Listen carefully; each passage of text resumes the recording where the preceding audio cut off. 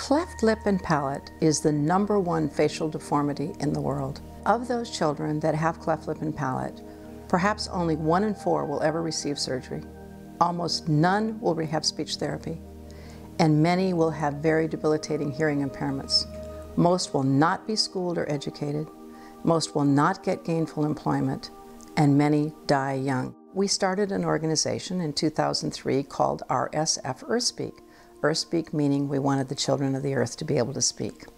That organization functions not only in Ecuador, it functions in Honduras, in Colombia, and in India. And there are many other programs that we're being asked to start around the world because frankly we're the only thing of our type that exists. The program that we have now in Ecuador is primarily in Manabí province. It's through the auspices of the Rotary Club in Puerto Viejo.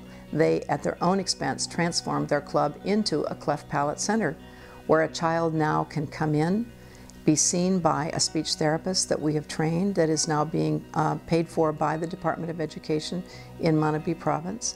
That therapist can begin to train the parent using a specialized method called corrective babbling, which is a method that Earthspeak developed, and it's the method that the parent goes home and practices with the child for 10 minutes a day.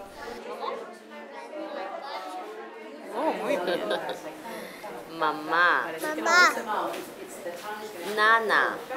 The goodwill of people in the community has been phenomenal, and it has created a complete multidisciplinary center.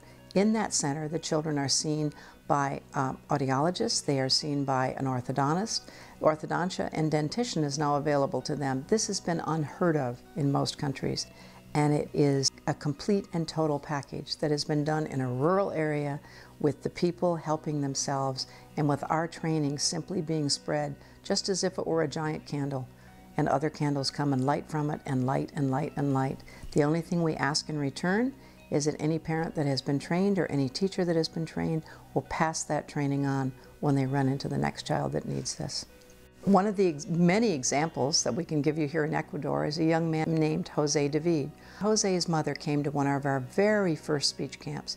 And when we call them speech camps, what we do is Earthspeak pays to transport, educate, and feed up to 40 parents and 40 children in what we call week-long camps, where they come in and they spend the entire day being trained in how to become speech trainers for their own children. And during the camp, he worked, but he was very reluctant, head down a lot, feeling bad about himself.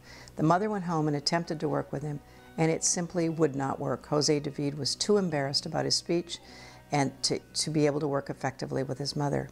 However, when we came back and trained teachers that could work with him, Jose David began to work with one of those teachers, and within less than 6 months, his speech cleared.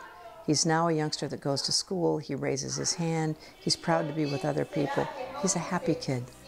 What Earthspeak wants is to be able to partner with people in Ecuador, hopefully the government, hopefully the Department of Education, so that we could spread this training, so that we could take the model we've developed in Puerto Viejo and move it all over Ecuador, so that every child that attends any school anywhere would have available to him a teacher trained in this very simple method.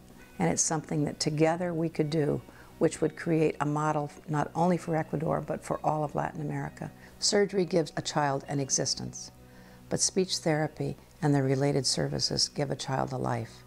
So for very little money, a lot of goodwill, and simply training, education training, planting seeds, these children can live very, very normal lives.